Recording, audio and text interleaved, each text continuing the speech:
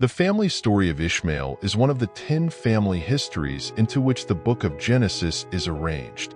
This history of Ishmael shows the fulfillment of the promises made by his parents regarding him, and how his mother Hagar had been assured that her descendants would be too many to count. Ishmael's story is one of sorrow and pain. Yet when we consider the life of Ishmael, there is much we as believers can learn. Ishmael was the firstborn son of Abraham. God had appeared to Abraham and promised that he would have a son and that he would be the father of many nations. However, as time went on, Abraham had no children. His wife, Sarah, had been unable to conceive, and they began to question just how the promise would be fulfilled. In Genesis 16, Sarah suggests that Abraham should have a child with her slave Hagar, an Egyptian. Apparently, this was a somewhat common practice at the time. The wife would give a female slave to her husband, but any children born would be counted as the children of the wife. While this may have seemed like a workable solution for Abraham and Sarah, in actuality it caused more problems than it solved. Hagar did conceive a child with Abraham. When Hagar knew she was pregnant, she began to despise Sarah, and Sarah appealed to Abraham for help. Abraham told Sarah to do as she saw fit, so she began to mistreat Hagar, and Hagar ran away. The angel of the Lord found Hagar in the desert and told her to return to Sarah. He then told her about her yet unborn son. "You are now pregnant, and you will give birth to a son. You shall name him Ishmael, for the Lord has heard of your misery.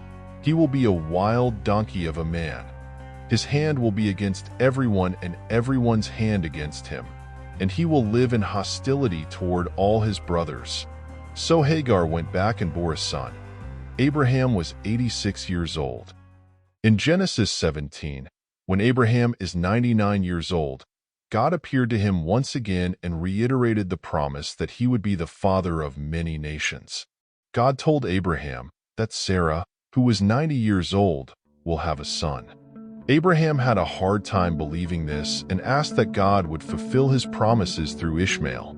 From this we can see that Abraham genuinely loved Ishmael. But God said the promise will be fulfilled through a son that Sarah will bear. "Your wife Sarah will bear you a son, and you will call him Isaac. I will establish my covenant with him as an everlasting covenant for his descendants after him. And as for Ishmael, I have heard you. I will surely bless him. I will make him fruitful and will greatly increase his numbers.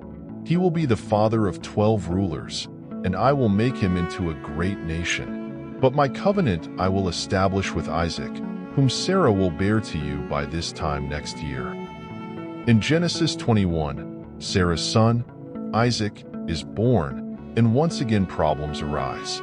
Sarah sees Ishmael mocking the young Isaac, and she demands action from Abraham. "Get rid of that slave woman and her son, for that woman's son will never share in the inheritance with my son Isaac." The matter distressed Abraham greatly because it concerned his son, but God said to him, "Do not be so distressed about the boy and your slave woman.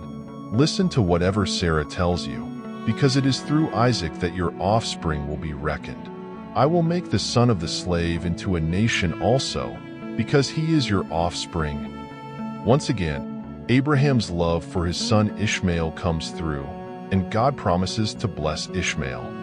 Abraham gathered some provisions and sent Hagar and Ishmael away. After the provisions had been exhausted, Hagar and Ishmael were overcome with grief, assuming that they would die in the desert.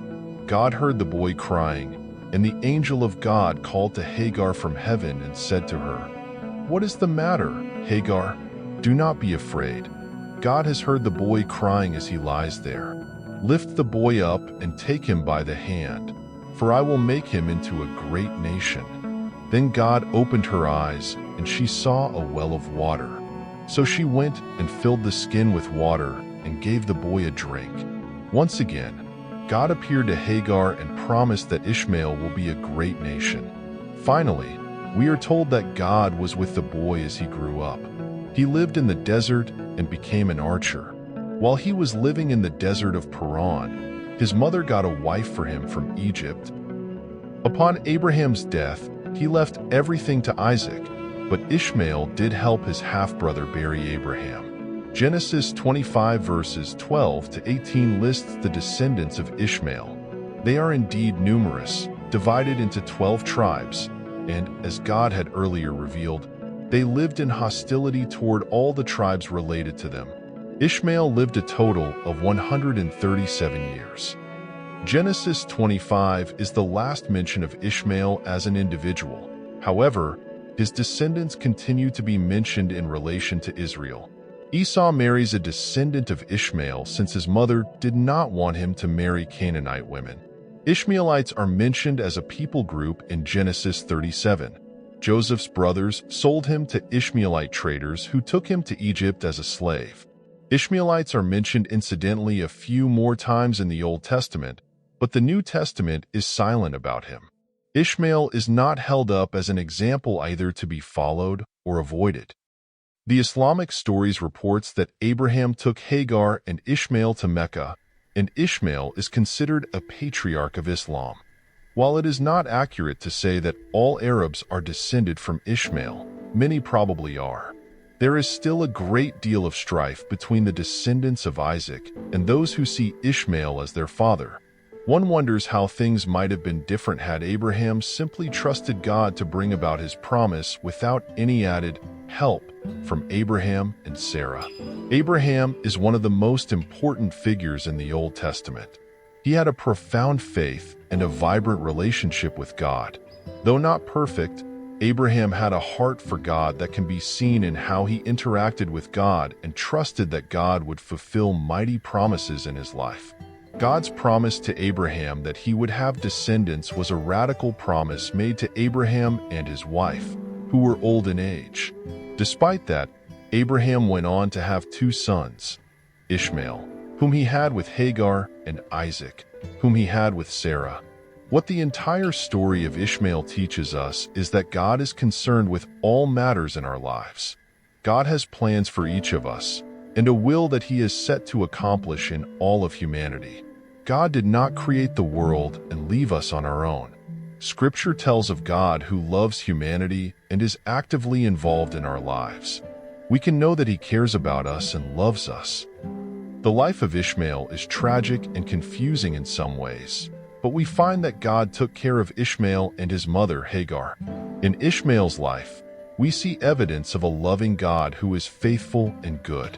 As we read the life of Ishmael, key lessons emerge that believers today can benefit from.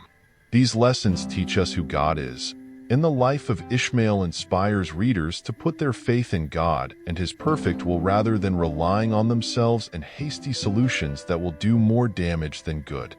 May we find ways to live out and trust these valuable lessons from the life of Ishmael.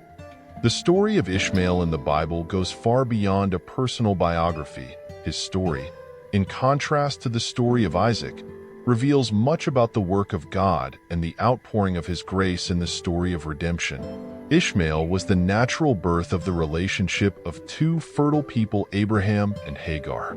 Isaac, on the other hand, was the supernatural birth that revealed the great power of God that caused a 90-year-old barren woman to bear a son, and this helps explain Paul's indirect quotation of Ishmael in the New Testament, placing him as a figure of one who was born according to the flesh in contrast to one who was born according to the Spirit.